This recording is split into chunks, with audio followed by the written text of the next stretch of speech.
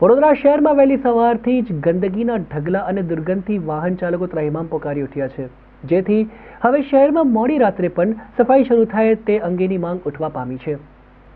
Smart city Vadodara સ્વચ્છતામાં પાછળ ધકેલાઈ ગયું છે અને શહેરમાં રાત્રે કે વહેલી તકે સવારે નીકળો તો ઠેક ઠેકાણે ગંદકીના ઢગલા મળે છે। કરોડો રૂપિયાના ખર્ચ બાદ પણ કોર્પોરેશન વડોદરા શહેરને સ્વચ્છ બનાવી શકી નથી। માત્ર મોટી મોટી વાતો કરી સોશિયલ મીડિયા પર વડોદરા શહેર સ્વચ્છ હોવાના ફોટા મૂકી સત્તાધીશો વાહવાહી લૂંટી રહ્યા છે, પરંતુ હકીકતમાં શહેરમાં ગંદકીના ઢગલા અને દુર્ગંધોનો સામનો જ કરવો પડી રહ્યો છે। નાગરિકોને હાલમાં મહેકમ પ્રમાણે કોર્પોરેશન પાસે પૂરતા સફાઈ સેવકો પણ નથી।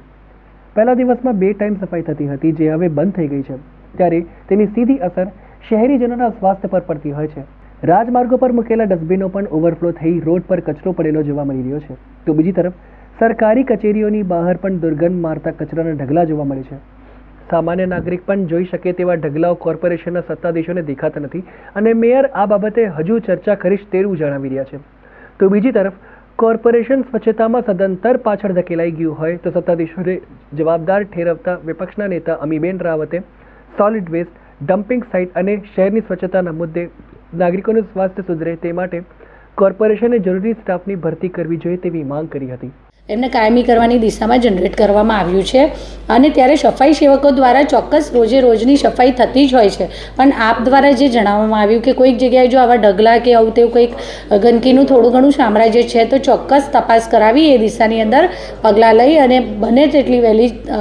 ઝડપથી ત્યાં સફાઈ કામગીરી કરવામાં આવશે અને રોજ ત્યાં સફાઈ કરી અને સ્વચ્છતા જળવાય એ દિશાની અંદર પગલાં લેવામાં આવશે। આદરણીય વડાપ્રધાન શ્રી દ્વારા જ્યારે સ્વચ્છતા પર ભાર મૂકવામાં આવ્યો છે અને સ્વચ્છતાથી સ્વસ્થતાના માર્ગે જ્યારે આપણો ભારત દેશ જઈ રહ્યો છે, ત્યારે અત્યારે 2 બીટ ઉપર સવારે અને બપોરે એવી રીતે સવારે 7:30 થી 8 વાગ્યાની આસપાસ એમની ડ્યુટી શરૂ થતી હોય છે અને બીજી 3 વાગે થતી હોય છે, એટલે આમ જોઈએ તો આ રીતે 2 ટાઈમની સફાઈ થતી જ હોય છે। છતાં પણ આગામી સમયમાં જો જરૂર લાગશે તો એ દિશાની અંદર શું કરી શકીએ છીએ તેમ વિચારીને ચર્ચા વિચારણા કરીને કંઈક ને કંઈક એ દિશામાં પણ વિચારીશું।